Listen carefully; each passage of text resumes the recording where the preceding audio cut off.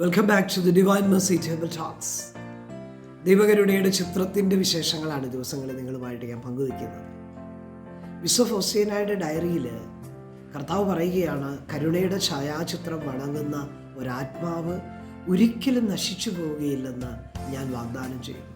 വീണ്ടും അവിടുന്ന് പറയുകയാണ്, I also promise victory over his enemies already here on earth and especially at the hour of death. I myself will defend it as my own glory. ദൈവകരുണയുടെ ഛായാചിത്രത്തെ വണങ്ങുന്ന ഒരാത്മാവിനെ അതിൻ്റെ മരണസമയത്ത് കർത്താവ് പറയുകയാണ്, എൻ്റെ സ്വന്തം മഹത്വമായി ഞാനതിനെ സംരക്ഷിക്കും എന്ന് പറയുക.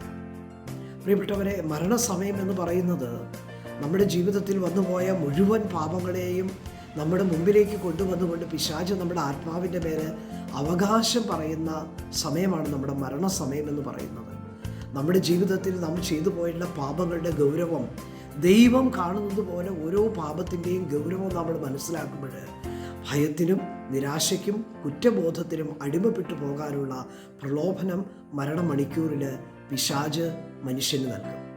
എന്നാൽ കർത്താവ് പറയുകയാണ്, ഈ കരുണയുടെ ഛായാചിത്രത്തെ വണങ്ങിക്കൊണ്ട് ദൈവത്തിൻ്റെ കരുണയെ ഒരാത്മാവ് ആരാധിക്കുമ്പോൾ, ദൈവത്തിൻ്റെ കരുണയിൽ സമ്പൂർണമായി ശരണപ്പെടുമ്പോൾ ഞാൻ തന്നെ, കർത്താവ് പറയുകയാണ്, ഞാൻ തന്നെ എൻ്റെ സ്വന്തം മഹത്വമായി ആ ആത്മാവിനെ സ്വീകരിക്കും എന്ന് പറയുകയാണ്. അതിന് കാരണം എന്താണെന്ന് വെച്ചാൽ സങ്കീർത്തനം 118:4 പറയുകയാണ്, അവിടുത്തെ കാരുണ്യം ശാശ്വതമാണെന്ന് കർത്താവിൻ്റെ ഭക്തർ പറയട്ടെ. ദൈവകരുണയുടെ ഛായാചിത്രത്തെ വണങ്ങുമ്പോൾ കർത്താവിൻ്റെ കാരുണ്യം ശാശ്വതമാണെന്ന് ഒരാത്മാവ് ഉദ്ഘോഷിക്കുകയാണ്. അതുകൊണ്ട് തന്നെ കർത്താവിൻ്റെ കാരുണ്യം മരണസമയത്തും ശാശ്വതമായി നിലകൊള്ളുകയാണ് ആത്മാവിൻ്റെ മുമ്പിൽ.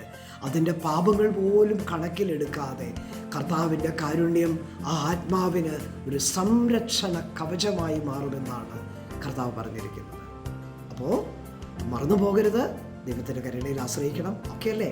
God bless you.